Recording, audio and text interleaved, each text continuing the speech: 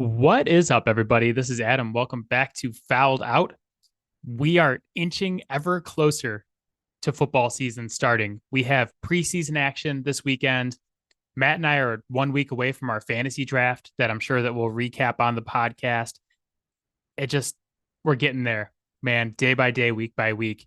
And to help you get through the last month here, we have the AFC North preview for you today, talking about a very tough division and a podcast favorite, Joe Burrow, one of our favorite guys to talk about. So we're looking forward to this one. And then we'll be back on Wednesday with the NFC East preview. And then next Saturday with the AFC East preview. 2 episodes of Fouled Out every week leading up to September 4th, which is the first week of the NFL season, where we are dropping the picks pod and the final week one preview pod. So lots to look forward to, lots of football podcasts coming your way to help you get through these last couple weeks before we kick off. But for now, Matt's coming on to talk AFC North. Let's go.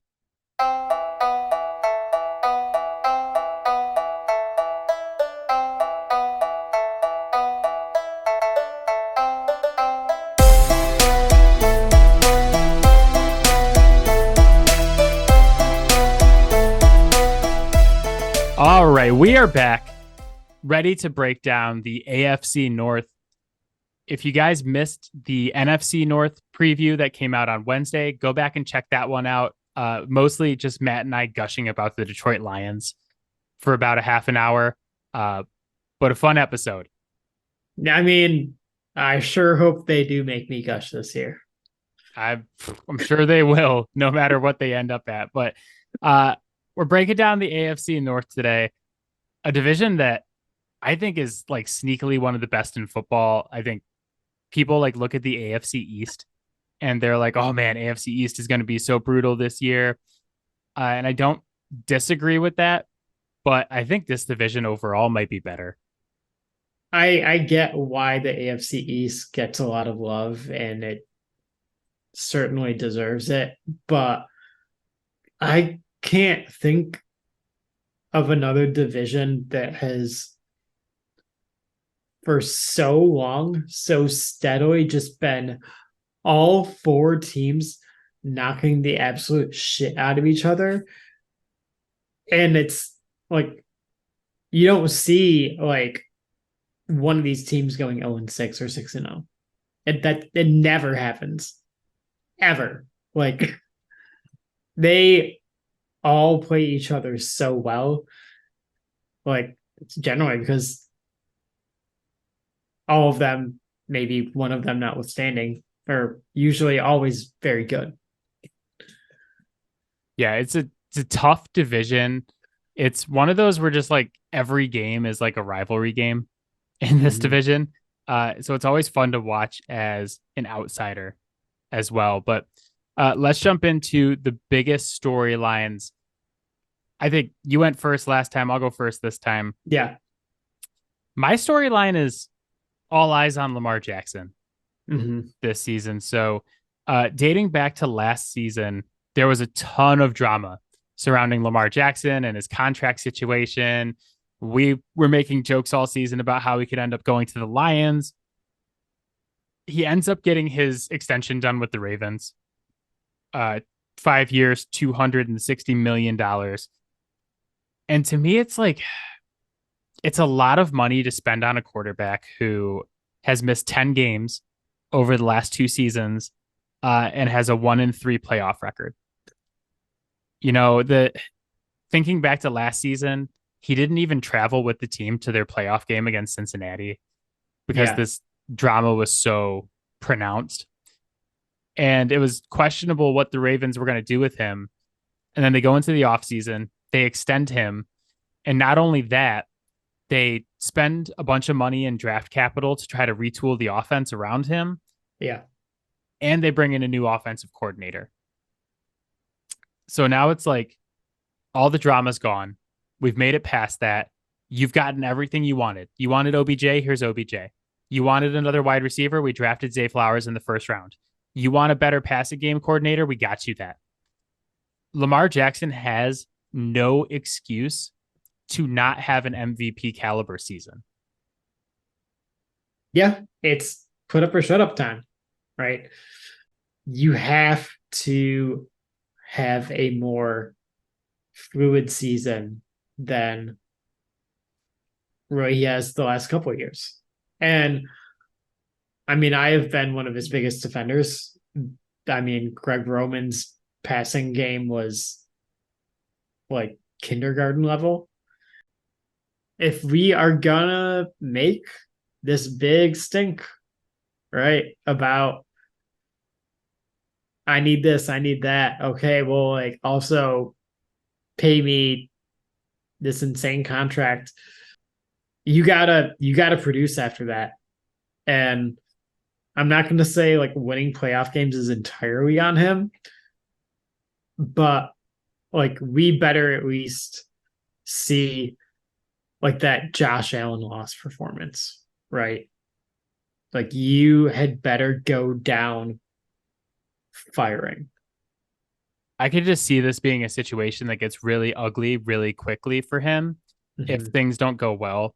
Like after all the drama he caused last season, Yeah. the fans are all happy. They're like, oh man, we locked him in long term and, Right. we got a bunch of weapons for him and a new passing game coordinator and all this stuff.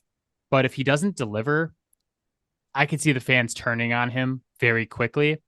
Or Yeah. if they are good this season and they get knocked out early in the playoffs again, he's gonna start getting that James Harden reputation where it's like, okay, cool, great statistical regular season quarterback, but Mm-hmm. can't deliver when it matters, whether it's fair or not to say that the playoff losses are on him. But Yeah. his record is what it is. And, as a quarterback, you're going to get judged by that. For me, the whole I'm not going to travel with the team for the playoff game. That was the thing where I'm like, okay, you've gone too far. Because at this point,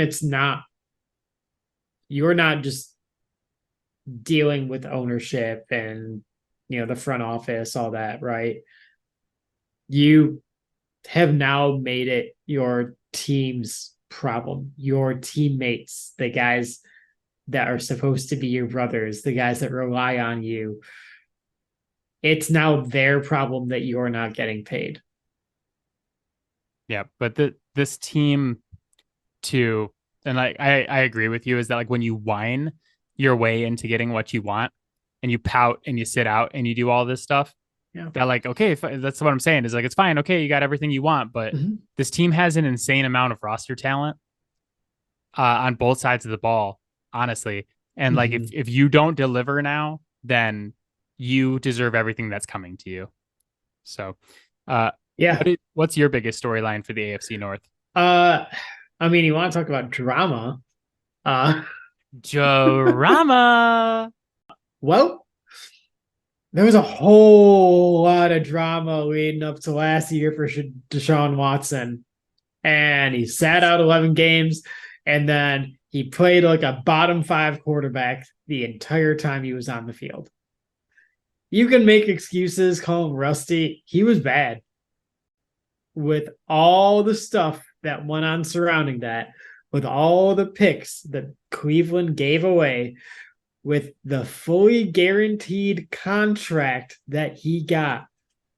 Oh, buddy, you had better come out and perform, because if not, especially with the stuff that created all the drama around you, people are going to come for you. It truly would be like the best timeline and like the best from a karmic sense Yeah, it's actually what I'm rooting for. for Cleveland to just like give up all that and pay him all that money just for him to suck ass now. Yeah. And then for like, yeah, for Cleveland to have taken him in and like defended Yeah. him and done all this stuff and like, oh God, I hope he sucks. I'm Right. rooting for him to suck. Well, and ironically, like now that I think about it more, he's a terrible fit for them, because their entire offense is built around we're going to run downhill with Nick Chubb, but he wants to be in shotgun all the time. Those two things conflict pretty hard. I feel like that's probably the same realization that Cleveland's front office has either had or is going to have. They're Yeah. just like, oh shit, like even when he's good, he's not a good Kevin Stefanski guy. So I feel like from a karmic standpoint that Cleveland's not allowed to be a 500 team. I don't care. I don't care how good their roster is supposed to be. The Well, you won this game by 40 points, but you lose because that would put you over 500. So yeah, I think that's another big thing to watch out for is just like it's almost the same thing we were just saying with Lamar Jackson, except Yeah. this, obviously the off-field situation is very, very different. But like when you get the big money and they have this huge investment in you, when you don't deliver, man, and he was bad with a capital B last season. He was fucking bad. Yeah. So let's go on to the win ranges. And we'll do this the same way that you kicked us off on the last one. Yeah. Where I'm going to go in alphabetical order, even though that's not how I wrote them down. So if I screw it up, then that's on me. So we're going to start with Baltimore because I'm doing the ABCs in my head of like A, B. Okay. Obviously, I had to go very far down the list to find that one. Baltimore, Vegas has their over under at 10.5 this season. I split the difference and I said between 8 and 12 wins. Okay. So much of it just depends on Lamar Jackson. Like, we talked about in the last pod about how we're not like accounting for, like, I didn't do the Bengals win range, accounting for Joe Burrow, like tearing his ACL and missing the whole season. Yeah. But something I think we do have to take into account is that Lamar Jackson's missed 5 games each of the last 2 seasons due to injury. Yeah. The offense will be different this season. So we'll see how much he's really running the ball and if he's taking some of those hits that get him hurt. But I'm assuming like, if I'm getting 17 games out of Lamar this season, I think I'm going to be closer to the 12 side. Yeah. If I'm getting 10 games out of Lamar, I think I'm going to be closer to the 8. So I kind of split the difference and put the range at 8 to 12. Yeah. Yeah. I have them between 9 and 12. Yeah. So we're right there. I mean, God, weren't they like 7 and 3 or something like that before he got hurt? Yeah. So if he's healthy, I just don't see a way that they're below 500. I just don't. There's too much talent on that roster. That defense is still absolutely wicked. He doesn't need to be a superstar in order for them to have a winning record. He doesn't need to be a superstar for them to win 11 games. Still, like, brutal division. And winning more than 12 games is really hard in the NFL. So I think 12 as a cap seems relatively fair. I look at 3 of the teams in this division, and all of them are like, yeah, if I'm a team from another division, I just don't want to play them in the playoffs. Yeah, I would not want this division to be my division's crossover opponents this year. I'm like, God damn it, I have to play all of these guys?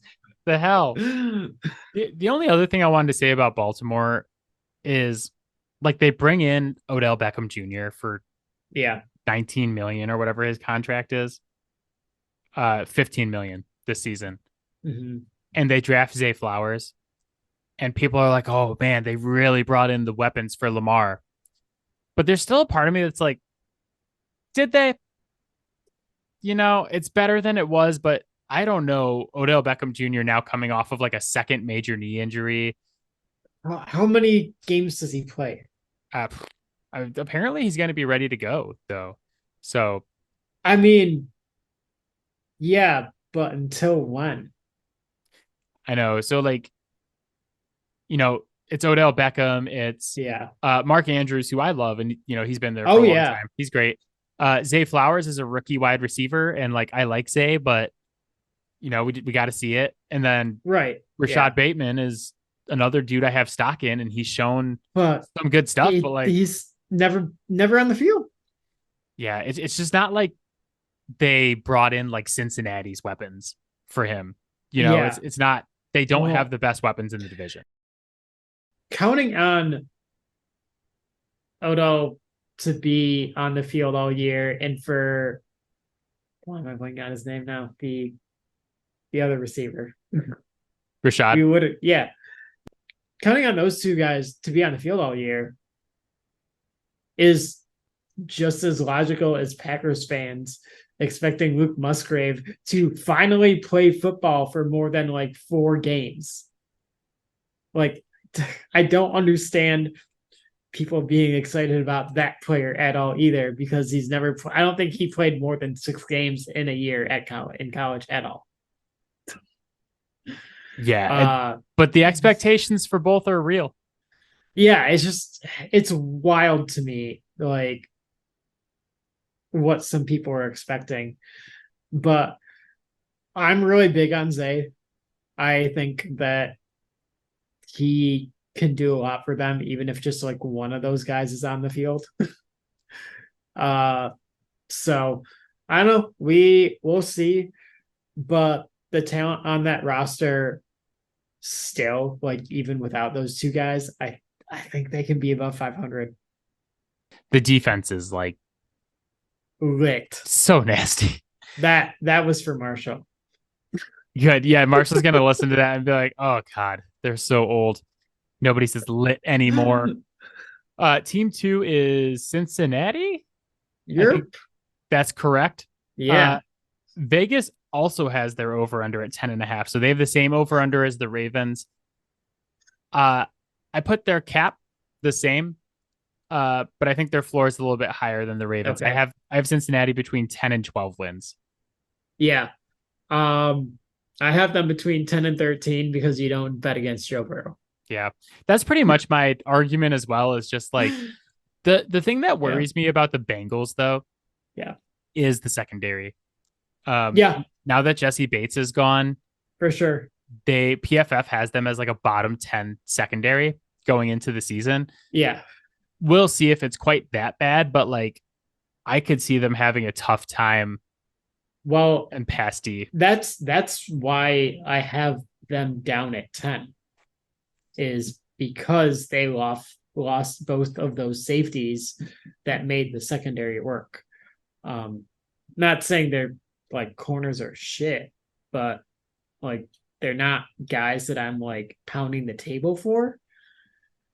And that defense was built around 3 players, really. Jesse Bates, Von Bell, and DJ Reader. They only got one left. DJ Reader's still incredible, but I mean, pass defense could be a little bit more shoddy. Who knows? Maybe they got it patched up, but I could see it being a problem. Yeah, that's kind of where I'm at too, is that like I could see it being a problem. Yeah. The one thing I will say is that like this is what really good, and we'll see if the Bengals are a really good franchise. Like it's still up in the air. But this is what good franchises do, is that like you can let guys like Von Bell go because you've already drafted guys like Dax Hill in the past and you've developed him a little, and now he's ready to start. So like Dax Hill is going to start in this year. Chidobe Awuzie is going to be back, who was like low key one of the best corners in the league last season before he got hurt. So that was a big loss for them last year. The sample size for him is small. I want to see more before I'm really believing that he's that level guy. My point though is that like the upside is there, but so is the downside. The one thing that like really encourages me is that they continue to make improvements along the offensive line. I think the O-line should be better this season. It's like, God, if I was looking at Joe Burrow's stats the other day, and if Joe Burrow could just not get sacked 45 to 50 times, like what could he do? I will say it is better, but I still look at that offensive line. I'm like, man, they are one injury away from it being a disaster. Yes, because Akeem Adeniji was like the worst tackle in the league a couple of years ago, and he's a backup now because they brought in Orlando Brown. So I like that. That was a huge get. It's just we really want more depth. It's just like keep our boy upright. Yeah. Man, because the weapons like Chase, Higgins, Boyd, they bring in Irv Smith Jr., who like was an upside tight end, but like Yeah. I mean, he'll be better great for than 6 games. better than Hayden Hurst. So, but we'll see. For So that's six why, games. that's why I had the downside of 10, but we both like their upside. Team 3 is Cleveland. Cleveland's over under is 9.5. The Oh guys, my I feel like God. the over unders this year, like we went through the NFC North and they're all like between 7 and 9.5. Yeah. This division is all between 8 and 10.5. They can't all win that many games. I know Vegas doesn't care about that, but so yeah, Cleveland over under 9.5. I said between 6 and 9 wins for Okay. the Browns. I know I'm supposed to like really like their roster talent because they bring in like Zadarius Smith and they have like Zadarius Smith and Myles Garrett as the edge Yeah. rushers now, and we can go on. Yeah. I haven't seen Deshaun Watson be good at football since 2020. And like Yeah. you could argue even before that, because in 2020, the Houston Texans were 4-12 with him as their starting quarterback. Uh, Yeah. Even though he led the league in passing. And I just don't believe in him, to be honest. And part of that is probably because I don't Which want to. I agree with you. Like, I don't believe in him anymore. And yeah, maybe that's part of it is I don't want to, but it's wild to me how much that has changed from where he started with us. I mean, the kid he was in college, the way he took the league by storm, like, but maybe Yes. we should have taken that, what was it, 24-0 lead in the playoffs on the Chiefs as a red flag.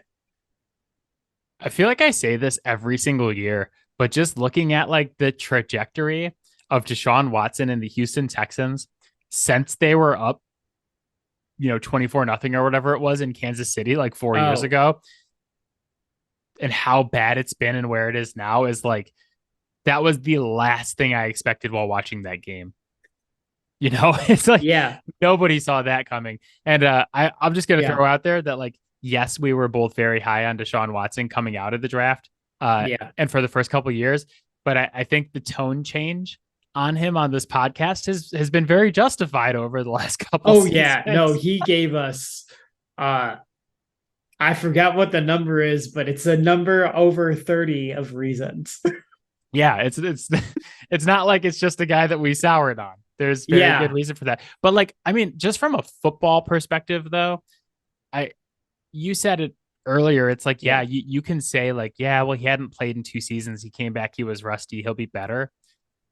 He doesn't just have to be better to be good he's in this he's got to division. be great. He has to go back to being excellent, Yeah, and I don't think he can. yeah, So I actually would think they're going to be closer to the 6.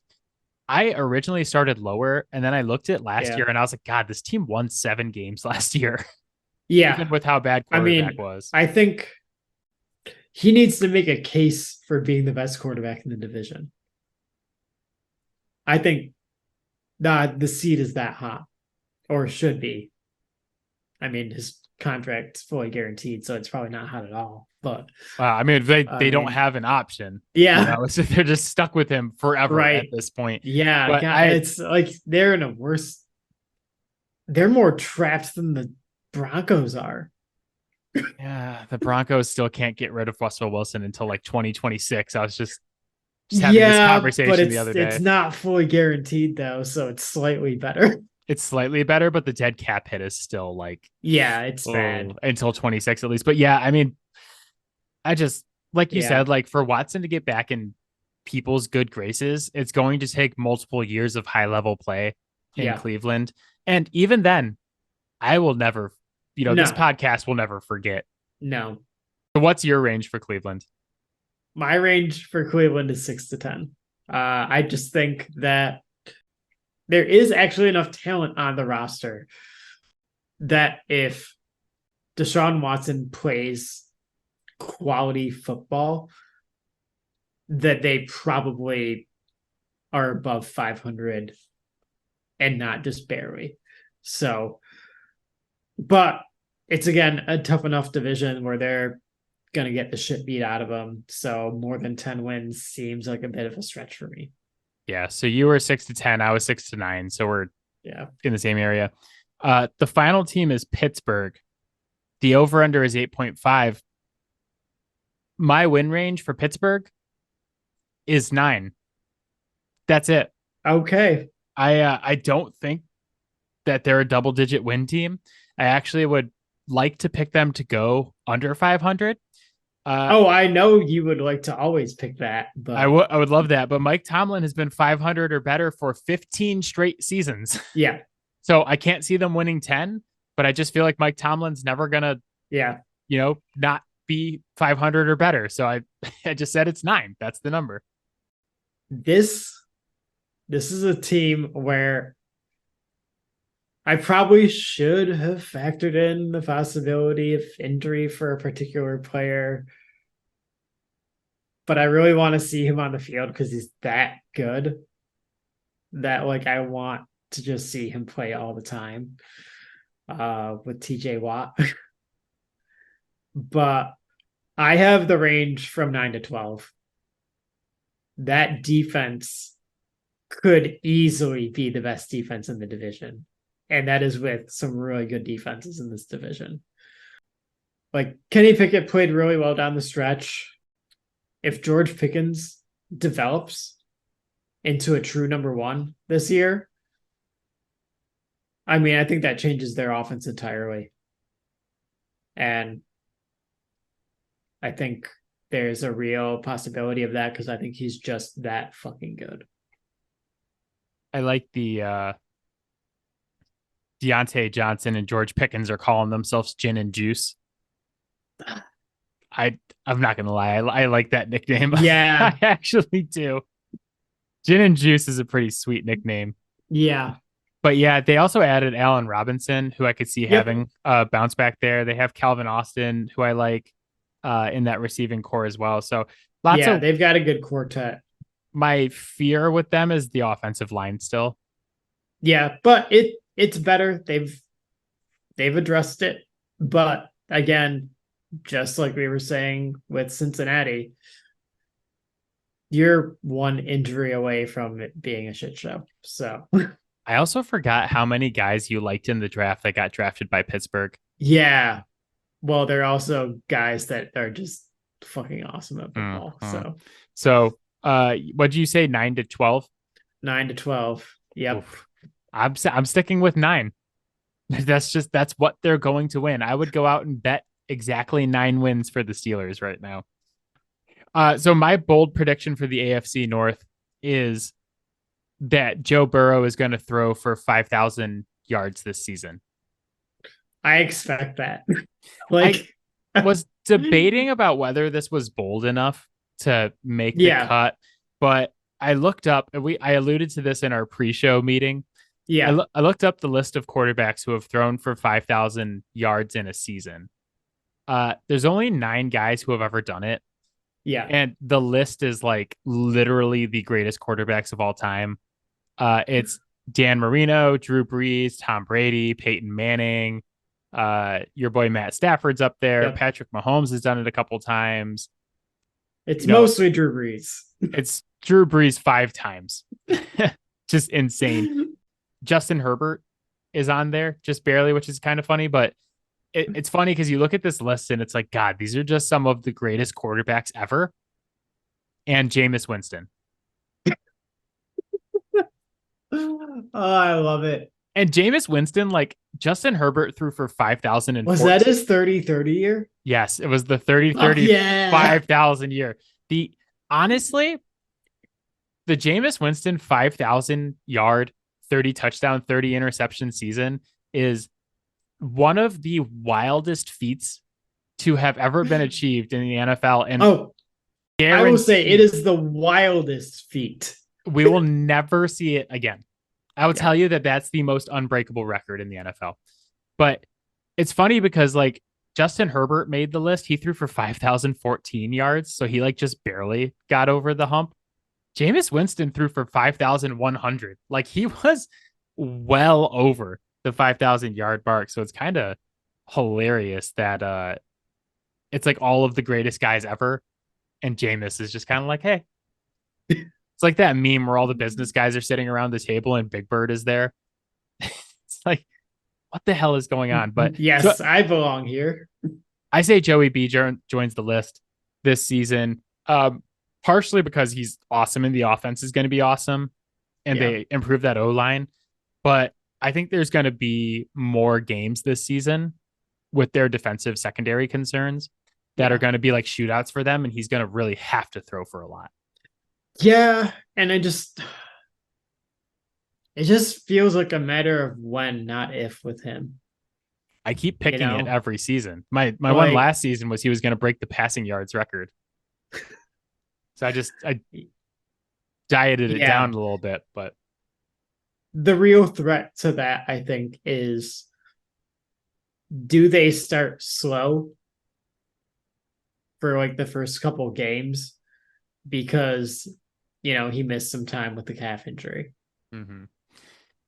I mean, it's a big jump for him too, because his last 2 years he threw for 4,600 and almost 4,500. So like it's a pretty significant bump to get up to 5,000 yards. So I'm sticking with it. I think Okay. it's a Yeah, good bold, but I'll give you that it's bold enough since you're talking about like a 500-yard jump.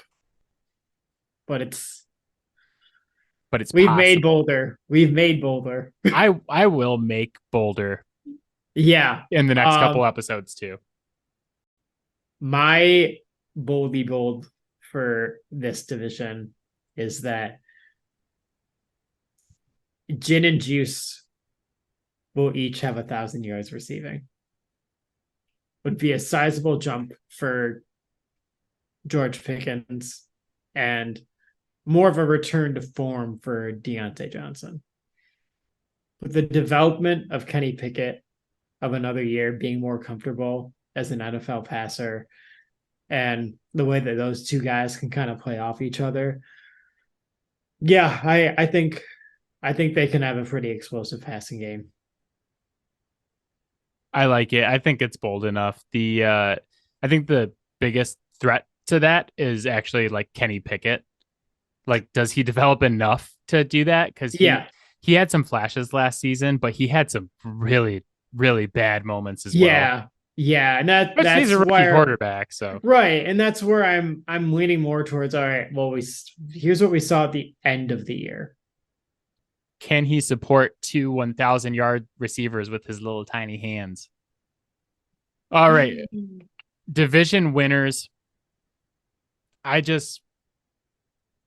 don't pick against Joe Burrow. I just don't do it. I'm going Cincinnati. I'm not gonna lie, I'm still like not fully decided here. I picked 3 different teams throughout the week. I'm gonna go with Cincinnati too. There's a reason why I have the highest floor for them and the highest ceiling.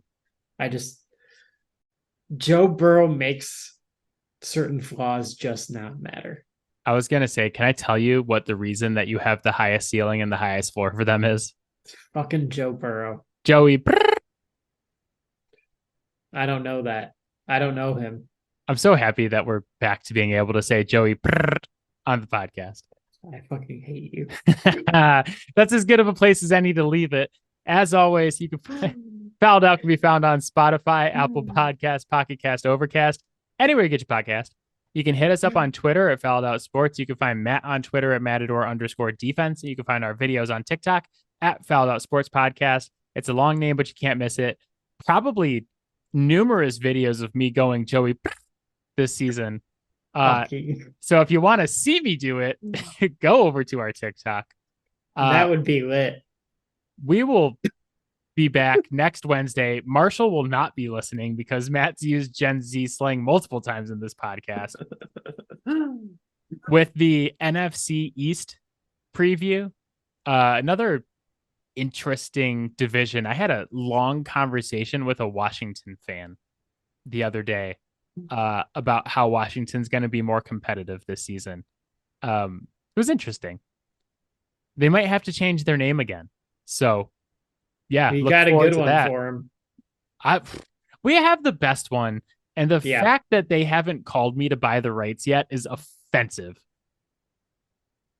But we'll The be back. audacity. Harry Yeah, Potter and the audacity of these bitches. God, for real. We'll be back on Wednesday with the NFC East preview, and then next Saturday, everybody tune in to hear me cry about the upcoming Patriot season as we do our AFC East preview with what might be the best division in football. We will find out. So, Allegedly. but all right, my friend, I will see you soon. Yep. All right. Bye, guys. Bye, Probably. Mom.